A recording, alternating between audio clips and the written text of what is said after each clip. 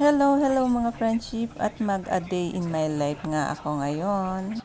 At eto nga, after ko nga magligpit at linis sa kusina at salas, ay niliguan ko na agad ang aking fur baby na si Alexia. Maaga-aga pa nga ang kanyang paliligo ngayon. Dahil gusto ko nga silang madala sa vet today para sa vaccination. At pag ganyan nga may vaccination, ay kailangan mong liguan muna kasi kalimitan ilang days silang hindi pwedeng liguan after ng vaccination. At ginagamit ko na nga pala yung ginawa kong pet shampoo, yung DIY shampoo. At mukhang okay naman. Hindi nga lang siya ganun kabula. Pero okay lang yon. At yung isang pet nga pala ay napaliguan ko na kahapon. At after nga niyang maligo ay hinahand wash ko na ang towel na kanyang ginamit. Pati na rin yung mat na ginamit niya.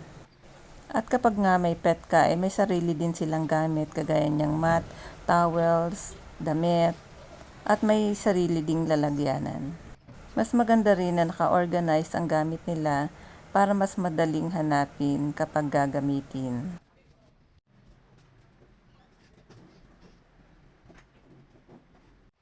At iniready ko na nga rin yung uniform ng husband ko para sa pagpasok niya.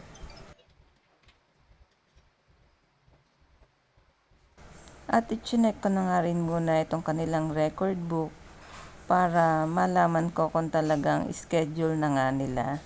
At kay Alexa ay 5-in-1, yearly yun. At kay Yuna naman ay deworming. Every 3 months yun. At after ko ngang maligo, ay iniready ko na rin sila. At sinuotan ko na nga ng cloth diaper at tali. Kailangan kasi kapag ilalabas ang mga pets, ay kailangan yung nakaganyan. Lalo na kung papunta sa malls, park, or vet. Kailangan din na magdadala ka or nakaready yung iyong paper towel or plastic bag just in case magpupo sila sa labas. At kailangan syempre ay maging responsible pet owners tayo. At dahil paalis yung anak ko papuntang school, ay nag-prepare muna ako ng ulam namin para bago siya umalis ay makakain muna siya. At syempre, before tayo mag-prepare ng food, ay kailangan muna mag-wash ng hands or after nating humawak sa mga pets natin. At heto nga, ang naisipan kong i-prepare ay tuna and tofu sisig. Madali lang itong gawin at inuna ko na nga itong tofu para ma-prepare na agad. At ayan, ikakat lang into small cubes. At air fryer na nga ang gagamitin ko para medyo less oil.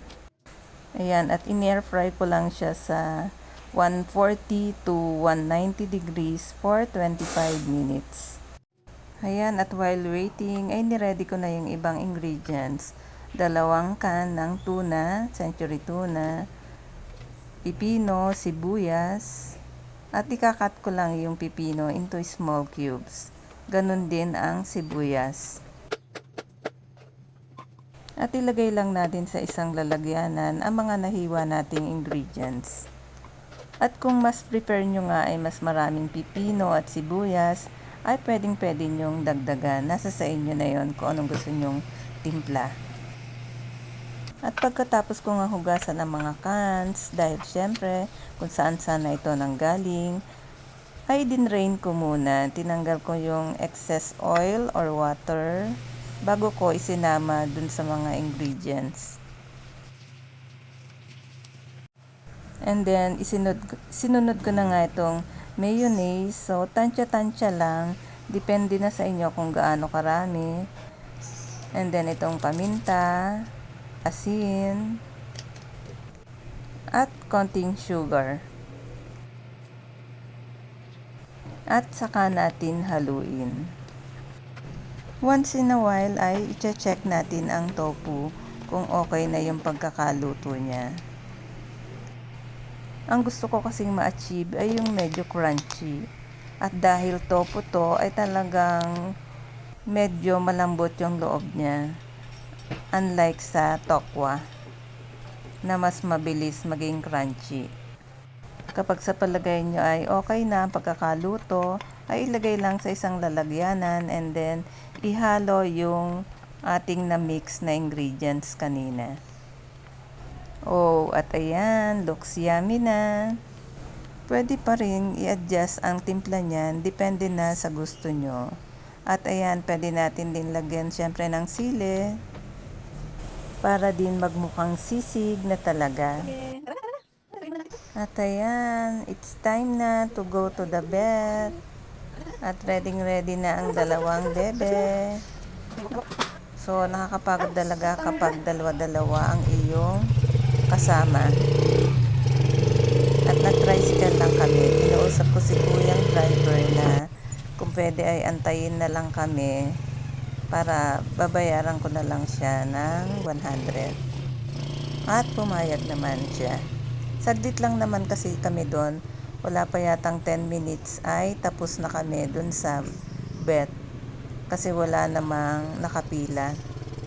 At so far naman ay updated ang kanilang mga importanteng dapat vaccine ng pets. Kagaya ng anti-rabies, deworming, 5-in-1. At papaturukan ko rin sila para sa vitamins. At pagkarating namin ay ibinabad ko na nga itong kanilang mga ginamit na diaper at tali.